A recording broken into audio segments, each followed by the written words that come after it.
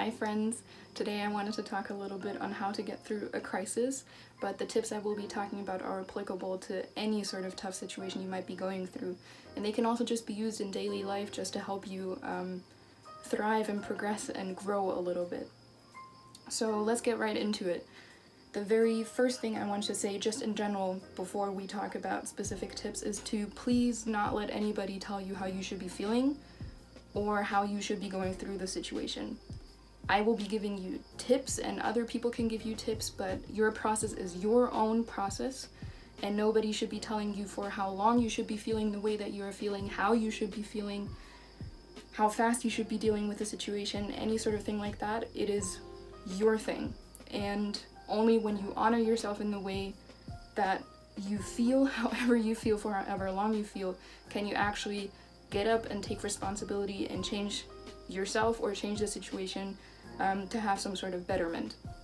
But there will be a certain process of just grieving or being in shock or being angry, and you should be allowed to feel these things without any limitations imposed on you by yourself or other people. So I want you to just take that with you and do with that what you will. So let's get into the tips. The very first thing I want to talk about is to center yourself in reality. What I mean by that is that you try to not deny the situation at hand and not deny your thoughts, emotions, or the meaning that you are ascribing to the situation. Because only if you are in the situation fully and if you have accepted the situation will you be able to actually get up and change things and actually move on. Only in the reality that you are living in will you be able to find solutions for your issues. So what really helps with that is to meditate, obviously. There are millions of meditations on YouTube that you can look up where you can just type in meditation for acceptance or grounding. Things like these will really help you, and this also goes for talking to people or when you're having conversations with yourself, to really be honest about how you're feeling and how you're dealing with the situation and also what the situation is. With this also comes that you should try to not distract yourself too much from the situation.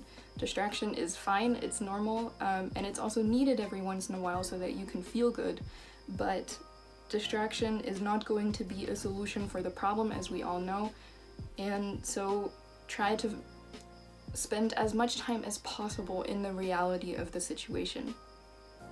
Number 2 is meditation. Meditation daily would obviously be awesome. If you can find just 5 minutes a day, that would be great. If you can find 30 minutes a day, an hour a day, that's awesome, but spend as much time as possible every day in meditation just to relax, but also to get out of your own head, which will be really helpful. One meditation that you could try is a visualization where you try to step out of your body and out of the situation and look at yourself in the situation with a distance, so you can gain new perspectives on the situation and maybe also find new solutions through that way, or find a different meaning you can ascribe to the situation, which might be really helpful in your healing process. So try that one out and see what will happen with that one. But meditation in general will be a great way to center yourself in reality and to also reduce your stress, which is very much needed in tough situations. The third thing I would say is really important is to work on your beliefs. There's a process by Byron Katie, I think she's called, I will link it down below, that is called The Work.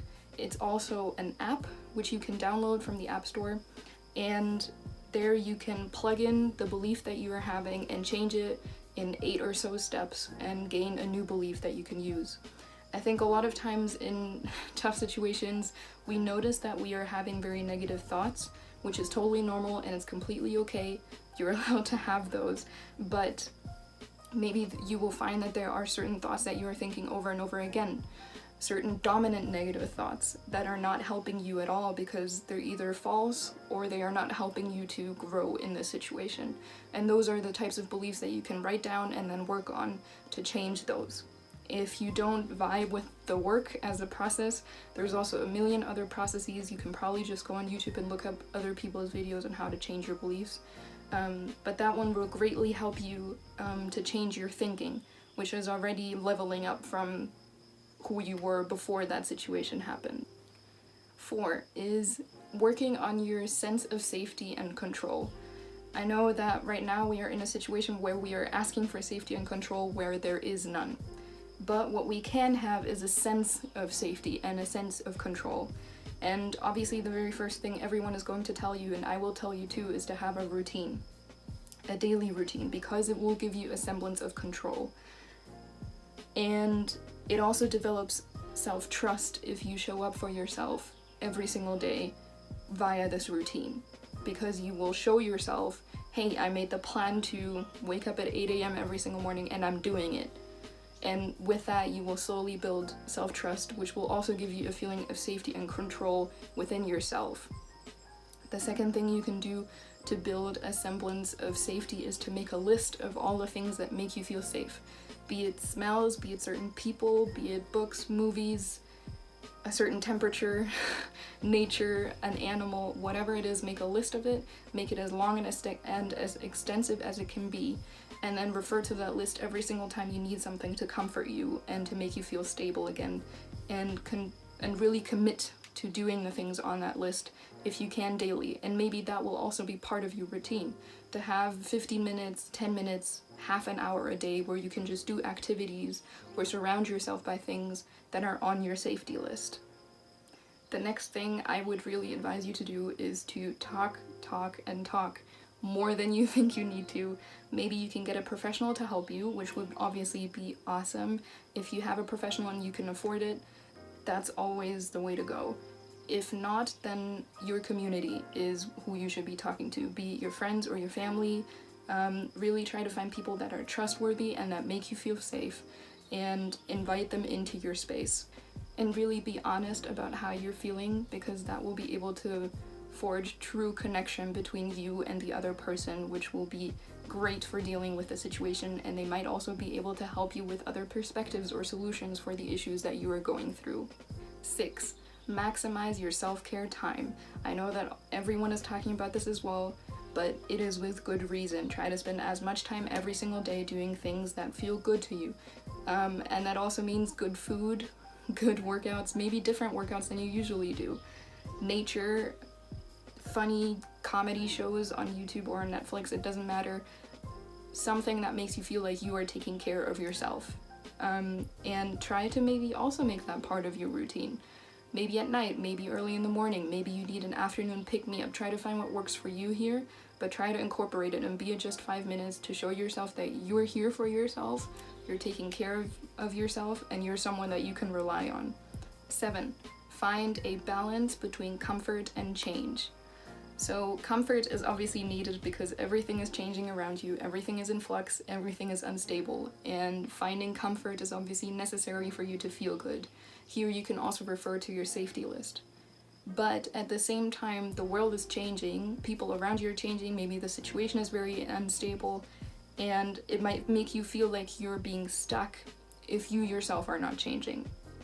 So here I would advise the concept of newness. So newness might mean finding a new hobby that you really like, that you can do every day or once a week. It might mean new music, a new way of working out. It might mean a new wallpaper, or new bed sheets, whatever. Tiny little ways in which you can bring in newness into your daily life.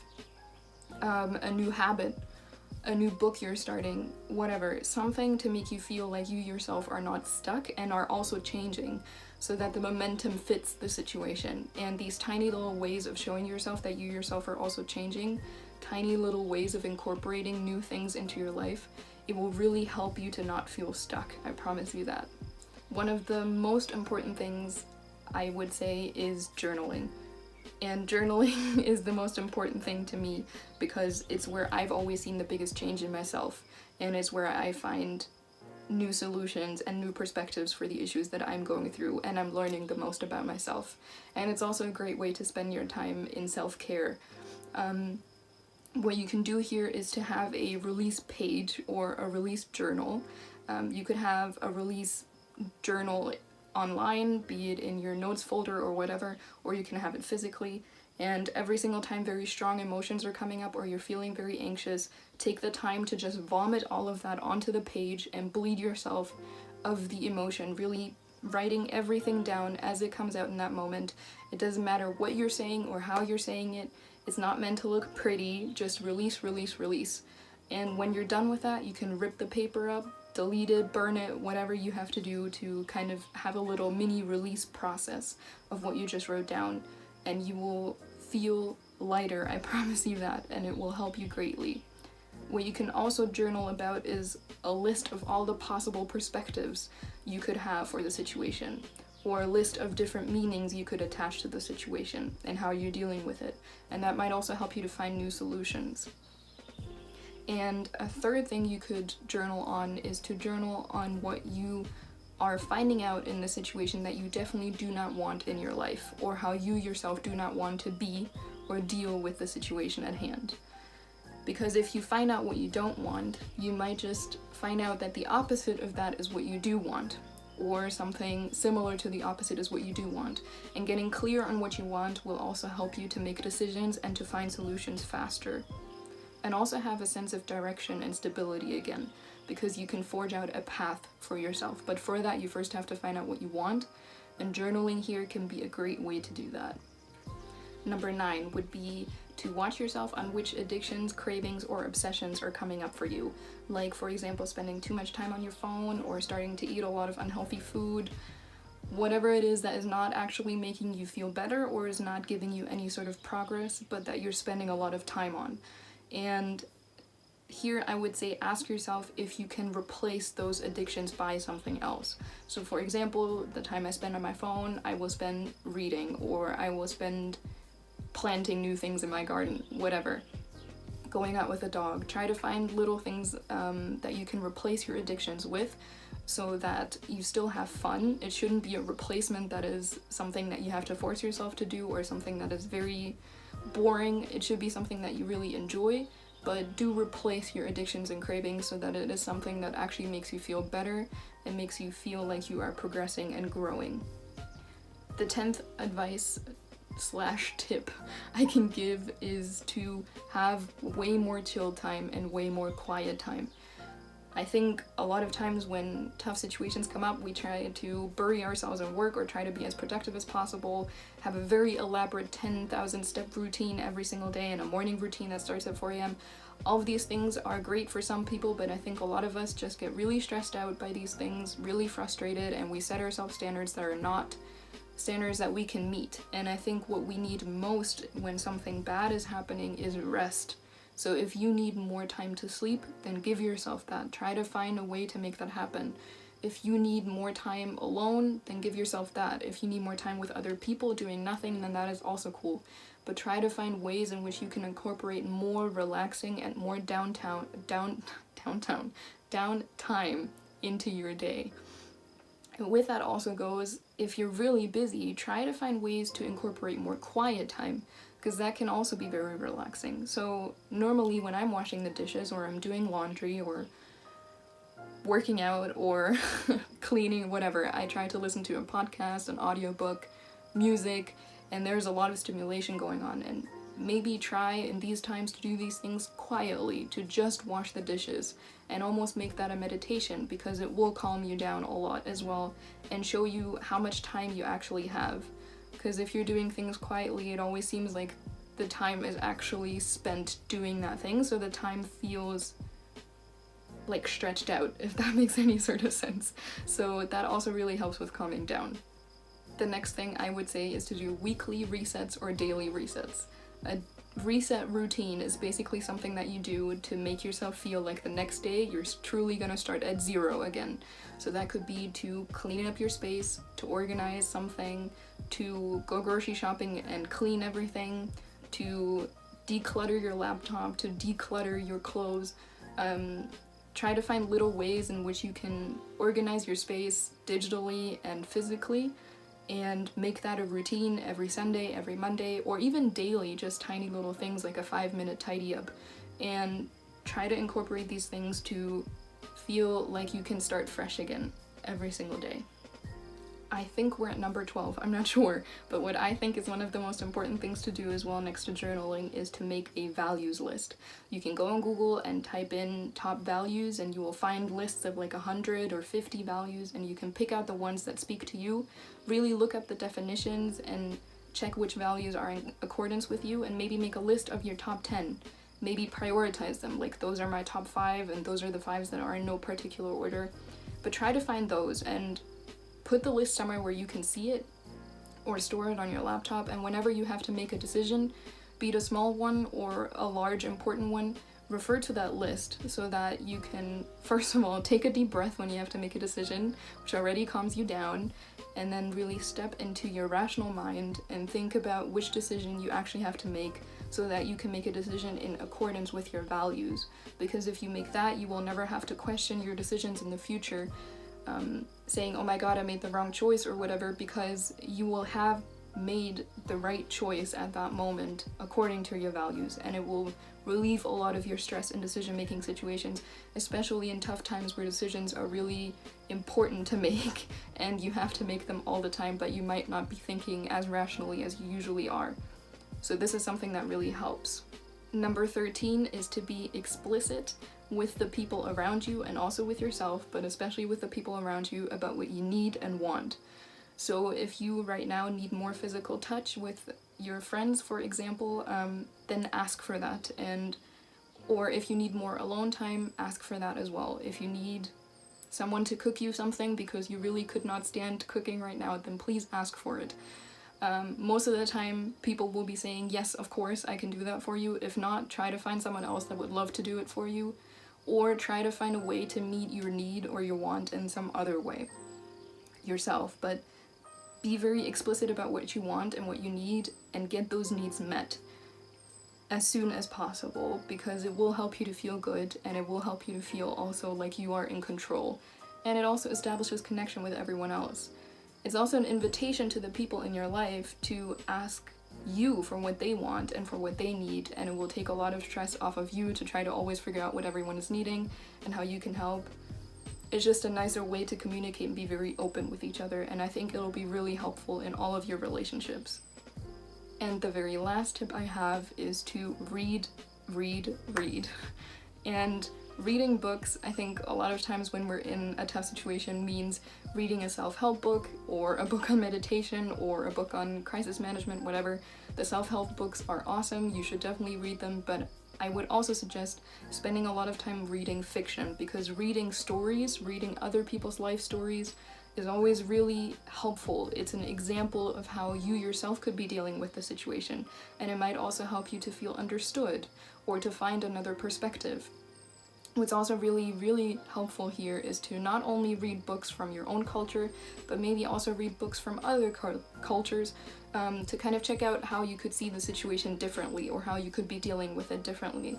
And it might really expand your mind and help you to also independently find new ideas for how to deal with the situation. So I think that's a really good way to also spend your time to relax but grow. And it's also fun, and you should definitely be spending a lot of time doing things that are fun. So yeah, those are all the tips that I have for you guys today. If you have any tips for me, if you have any other advice for the people out there, then please put it down in the comments and tell me what you think. And yeah, I hope you're staying safe. Take care, and I'll see you next time.